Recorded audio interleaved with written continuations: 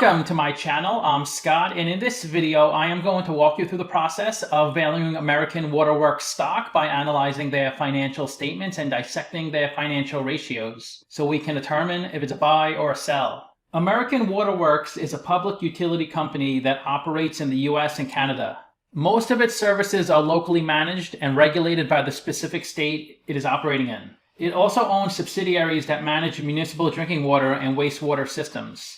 In 2003, it established the American Water Military Services Group. This serves as a contracted water utility for 17 military bases in the US. It has 53,000 miles of pipeline, 609 water treatment plants, 150 wastewater facilities, 1,100 wells, and 7,500 dams. It services 1.5 million homeowners. Most of the infrastructure investment in water and wastewater took place in the 40s and 50s. After World War II. A lot of cities and municipalities do not have the money to invest in water infrastructure anymore. Money is so tight these days, especially with COVID. They're busy funding firefighters, police officers, building schools, hospitals, highways, etc.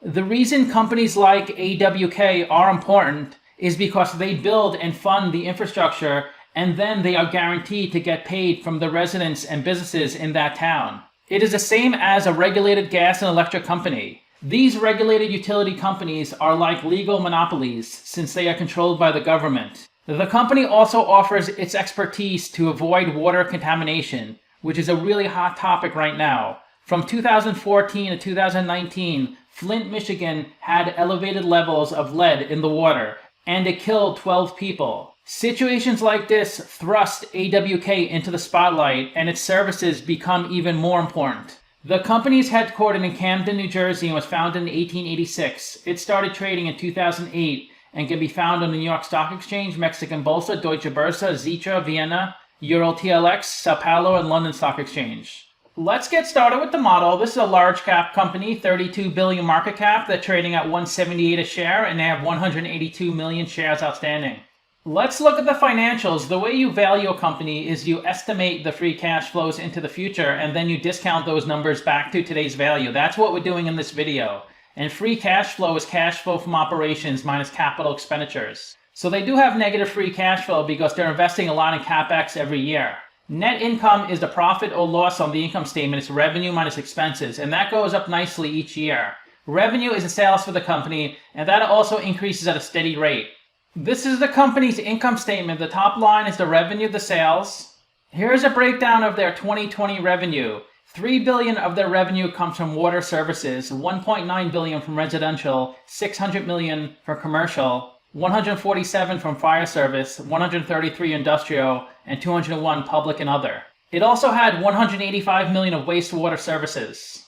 When we flush our toilets, or when water goes down on drains, it goes into our sewage system. And then the water needs to be treated before it goes back into our lakes and rivers. Companies like this have treatment centers so they can remove all the contaminants. This gives us the ability to reuse the water. Maybe we would water our lawn or take a shower or whatever we would use the water for. $3.3 billion of its revenue is regulated. It's guaranteed by the government. They also have market-based revenue of $540 million. This is not regulated. This includes additional services to homeowners and military contracts. Below revenue is the cost of revenue. These are costs to maintain their services. There's payroll costs. There's maintenance costs. Revenue minus cost of revenue gives you your gross profit, and that was $2.2 billion in trailing 12 months. That's pretty steady year to year. Below that is operating expenses, and most of their operating expenses are depreciation since they invest so much money in CapEx each year. And they had about $1.3 billion of operating income each year. They do have a good amount of debt on their balance sheet, so they paid nearly $400 million of interest on their debt. And the bottom line of the income statement is their net income, which grows each year from $570 million to $750 million. This is the company's statement of cash flows. The top line is operating cash flow. That's how much cash the company generates from its operational business. You could think of operating cash flow as net income converted to cash because net income is your accounting profit or loss. It's not actual cash. The reason they have so much more operating cash flow than net income is because of all the depreciation expenses they pass through. So if they were to invest $1.8 billion of piping, they would report that entire $1.8 billion in the CapEx section of the statement of cash flows because that's a cash outflow. and they would carry that 1.8 billion on the balance sheet, and every year they would remove a portion of that amount and put it onto the income statement. That's called depreciation. Say they remove $200 million a year for 9 years. They would take $200 million off the balance sheet and pass through an expense onto the income statement. So it brings down your net income $200 million. The reason you add back depreciation on the CFO section, because you already reduced $1.8 billion of cash flow when you initially recorded the CapEx amount. So you'd be double counting if you didn't add back the depreciation. Operating cash flow minus CapEx gives you your free cash flow. So they do have negative free cash flow each year. But if a company has negative free cash flow because they invested a lot in CapEx and they had positive operating cash flow, I wouldn't think of that as a negative. But if they had negative free cash flow due to negative operating cash flow, that could be a problem. You want to look into that a little deeper. Since they pay a dividend and have negative free cash flow, they mainly fund their operation on debt. They add a lot of debt each year. Debt is a cheap way to finance operations. It's a lot cheaper to issue debt than issue stock.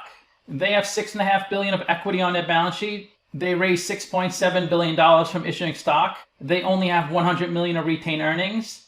And they bought back $348 million of stock. When a company buys back stock, they usually report it in the equity section as treasury stock. This is a contra equity account, so we have to minus it to get the stockholders' equity number.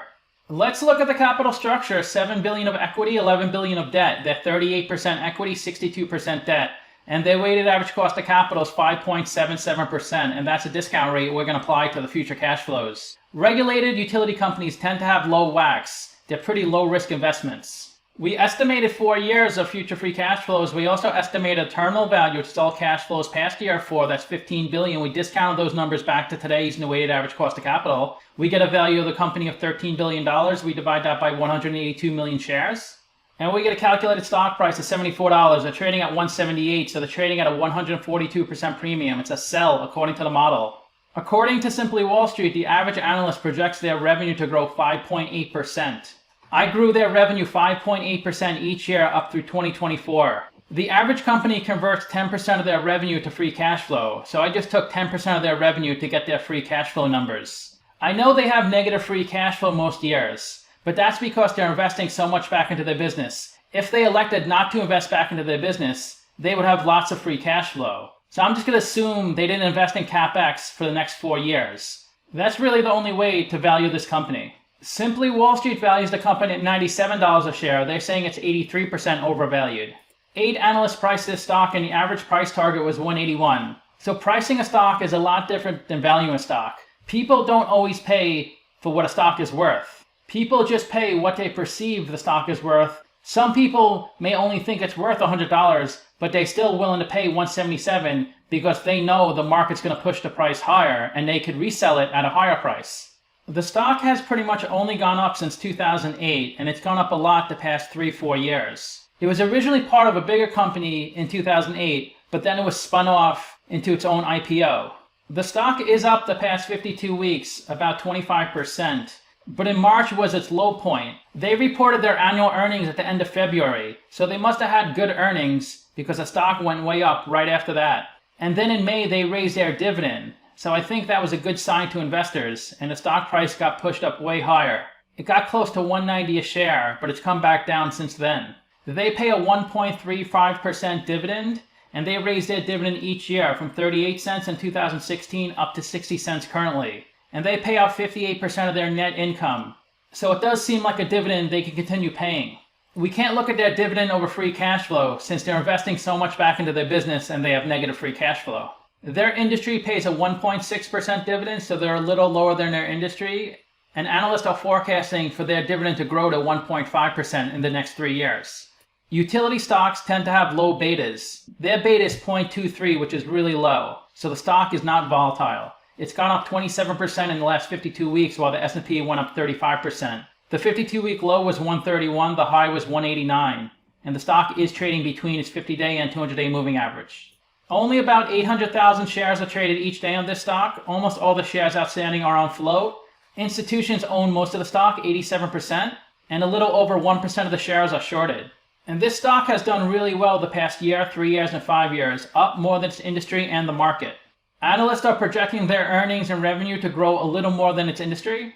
In the past 5 years, their annual earnings grew 10%. In the past year, 17%. If you put $10,000 into this company 10 years ago and reinvested the dividends, you'd have $75,000 today. That's a 22% annual return. That's a huge return for a utility company. Vanguard is the biggest shareholder at 12%, then BlackRock, State Street, and a couple other funds. Let's look at their financial ratios. Their price multiples are a bit high because their stock price has come up so much. So its PE isn't so good at 43. Its price to sales is also a bit high at 8.3. Its price to book is 4.8. Their return on invested capital is 5.7%, which is pretty close to its WACC. It can cover its interest payments a little more than 3 times. It has a high ROE at 11.2%. A company can get a high ROE if it takes on a lot of debt.